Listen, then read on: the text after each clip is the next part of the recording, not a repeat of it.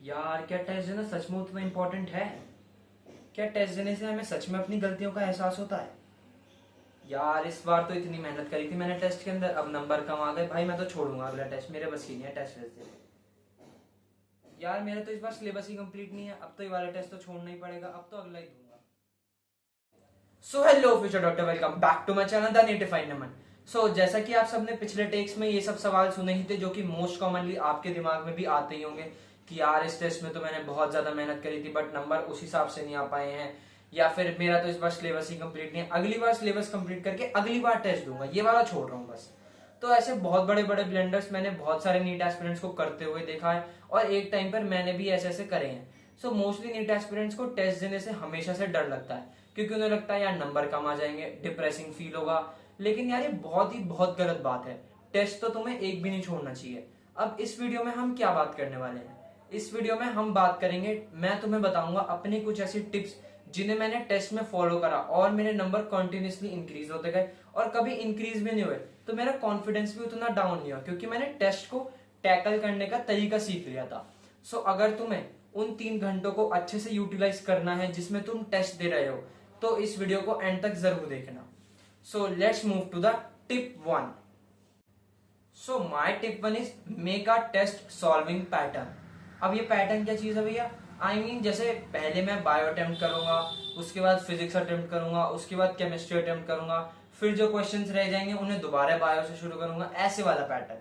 तो ये पैटर्न होना तुम्हारे लिए बहुत जरूरी है और ये पैटर्न यूं मत समझना एक बार टेस्ट देने में ही बन जाएगा। 2-3 टेस्ट दो, एक्सपेरिमेंट्स करो, किसी में तुम्हारे नंबर ज्यादा आएंगे, किसी में कम आएंगे, फिर एंड में जो तुम्हें लगे कि हाँ यार इसमें मेरी सबसे ज्यादा एक्यूरेसी बन रही है, इसमें मेरा सबसे अच्छे से टाइम मैनेजमेंट हो रहा है, इसमें मेरा सबसे अच्छे से कंसिस्टेंसी मेंटेन हो रही है, उसे फिर फाइनल करो और वही फिर तुम अगले टेस्टों में दो और वही नीट वाले दिन लेके आना। क्योंकि नीट में कुछ ऐसा यार अलग नहीं करना होता कि मैं जो अलग कर दूंगा, बिल्कुल ही कुछ अलग ही कर दिया मैंने और मेरे नंबर आ गए। नहीं भाई, जो तुम पिछले 2 साल 3 साल से कर रहे हो ना वही करना होता है नीट में और वही तुम्हें नंबर ला के देगा। सो मैं अगर अपना बताऊं तो मैं सबसे पहले बायोलॉजी करता था, उसके बाद केमिस्ट्री करता था एंड देन लास्ट में फिजिक्स करता था। और मैं ऐसा नहीं करता था कि एक क्वेश्चन पे अटक गया, जो क्वेश्चन मेरा पहली बार में बन गया ठीक है, जो नहीं बना उसे छोड़ दो, आगे बढ़ जाओ। कॉन्फिडेंस उस पर बिल्कुल भी लूज नहीं करना है। दूसरी राउंड में आके उन्हें सॉल्व कर लो जो तुम्हारे रह रहे हैं, बस ये हो गया पैटर्न। सो यही थी tip 1। Let's move to the tip 2।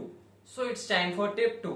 मेरी टिप 2 है don't show emotions at time of test solving. कुछ नया सा लगा ना यार ये? हाँ, मुझे भी नया सा लगा था जब मेरे सर ने मुझे बताया था। अब इसका मतलब समझो, इसका मतलब बहुत ज्यादा गहरा है।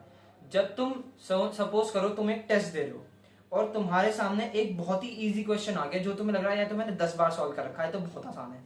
अगर तुमने उसे आसान मान के सॉल्व करा तो उसमें सिली मिस्टेक्स होने के चांसेस 90% है।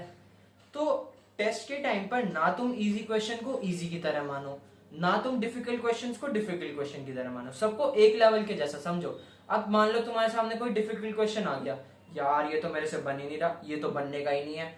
अगर तुम ऐसा सोचोगे तो तुम्हारा कॉन्फिडेंस और गिरेगा और वो क्वेश्चन तो तुम्हारे हाथ से गया और अगले भी तुम खराब कर दोगे। सो मैं तो भाई यही करता था कि जब मैं टेस्ट सॉल्व कर रहा हूँ ना मेरा माइंड बिल्कुल न्यूट्रल रहता था। हर क्वेश्चन को इक्वली ट्रीट करो, चाहे वो कितना ही इजी हो चाहे वो कितना ही हार्ड हो। किसी क्वेश्चन में एक बारी में 2 मिनट से ज्यादा मत लगाओ कि यार एक क्वेश्चन पे अटके रहे हैं, 5 मिनट मैंने वेस्ट कर दी। नहीं भाई, ऐसा नहीं करना। 2 मिनट लगाओ, मैक्सिमम से मैक्सिमम 2 मिनट बता रहा हूं मैं। 2 मिनट लगाओ, नहीं हो रहा तो भाई अगले राउंड में देखेंगे उसे, नहीं तो छोड़ दो, कोई जरूरत नहीं है सारे क्वेश्चन अटेम्प्ट करने की। सो टिप 2 तो भाई बहुत ज्यादा इंपॉर्टेंट है मेरी कि don't show emotions at the time of test solving. So यही थी tip 2। Let's move to the tip 3। So my tip 3 is take longer time to analyse your test then solving the test. अब भाई ये मैंने तगड़ी सी line बोल दी ना कुछ, अब मैं इसका मतलब समझाता हूँ तुम्हें। अब देखो, तुमने टेस्ट सॉल्व कर दिया 3 घंटे में, तुम घर आ गए, तुम पे आंसर की भी आ चुकी है, तुमने आंसर देखे, तुमने नंबर मिला है, बहुत अच्छा, मान लो तुम्हारे 660 नंबर आ गए, बहुत खुश हो भाई तुम, मजा आ गया। अब तुम कभी बाद में सोचते हो कि यार मेरे 60 नंबर कहाँ कट गए?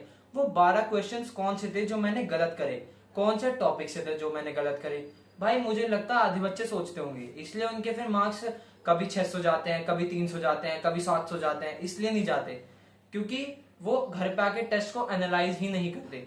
अब टेस्ट एनालिसिस ये टॉपिक इतना बड़ा है कि मैं इस पे 15-20 मिनट आराम से बोल सकता हूँ। बट क्योंकि ये वीडियो मुझे छोटी रखनी है तो मैं तुम्हें शॉर्ट में बताता हूँ अपनी स्ट्रेटेजी। तुम टेस्ट दे के आए, तुम्हारी आंसर की आई, अब तुमने जो क्वेश्चंस गलत करे हैं ना उन्हें चैप्टर्स के हिसाब से क्लासीफाई करो। अपनी एक मिस्टेक नोटबुक जरूर बनाना, जरूर। मुझे पता है हर कोई यूट्यूबर ये बात कहता है, बट यार ये उतनी ही इंपॉर्टेंट है कि हर किसी को ये कहनी पड़ रही है, क्योंकि बिना टेस्ट एनालिसिस के तुम्हारा टेस्ट देने का कोई फायदा नहीं है। फिर तुम वो 3 घंटे ना बिल्कुल ही बिल्कुल वेस्ट कर रहे हो। इससे अच्छा तो तुम 3 घंटे में घूमाओ कोई, वो ज्यादा अच्छा लगेगा तुम्हें। बट अगर तुमने टेस्ट को एनालाइज नहीं करा तो वो तुम्हारे 3 घंटे बिल्कुल ही बिल्कुल बर्बाद हैं। यही थी मेरी टिप 3। तो यार बस एनालाइज जरूर करना टेस्ट को। अब लास्ट में अगर तुम इतनी देर तक आ चुके हो तो तुम्हें एक बोनस दे देता हूं। Let's move to my pro tip. So my pro tip is do not attempt all questions in the test and the NEET exam. अब शुरुआत में जब तुम 11th में आए हो, मान लो कोई वो वीडियो देख रहा है, तो तुम ये मत सोचना कि यार मुझे तो जो क्वेश्चन नहीं आ रहा छोड़ दो। नहीं, कोशिश करो पूरी अटेम्प्ट करने की। और टेस्ट में तो तुम कर भी सकते हो सारे, बट नीट में ये गलती बिल्कुल भी मत करना। ये गलती मैंने खुद करी थी। मेरे 9 क्वेश्चंस गलत थे नीट के पेपर में, और चाहता तो मैं वो 9 क्वेश्चंस छोड़ सकता था, बट वो एक गट फीलिंग रहती है ना यार अंदर, वो बहुत नुकसान करवा देती है। तो कभी भी अपनी गट फीलिंग पे जाके एकदम आंसर मत कर देना कि यार ये तो मेरा मन कह रहा है इस पर आंसर मार दो। नहीं, जब तक तुम बिल्कुल श्योर ना हो एक क्वेश्चन पे कभी भी टिक मत करना। ये तुम टेस्ट में एक बार को कर सकते हो कि भाई चलो टेस्ट के नंबर तो कहीं मैटर नहीं करते, बट नीट के एग्जाम में तो बिल्कुल भी मत करना, क्योंकि वहां एक एक क्वेश्चन की बहुत ज्यादा वैल्यू होती है। प्रो टिप तो यही थी। और दूसरी प्रो टिप मैं कह सकता हूँ ये कि अपने टेस्ट के नंबर का रिकॉर्ड जरूर बनाना कि भाई मेरे पहले टेस्ट में इतने नंबर आए थे, दूसरे में आए थे। मैंने सारे टेस्ट पेपर के अपने नंबर्स लिख रखे हैं, मैं चाहूँ तो एक फोटो अटैच कर दूंगा, तुम देख लेना। बट यही है कि रिकॉर्ड जरूर बनाना और उसे एग्जामिन जरूर करना। यही थी मेरी वीडियो। अगर कोई और आपको डाउट हो तो प्लीज कमेंट सेक्शन में जरूर पूछेगा। Thank you for watching till the end. Please like, share and subscribe to my channel. Thank you very much.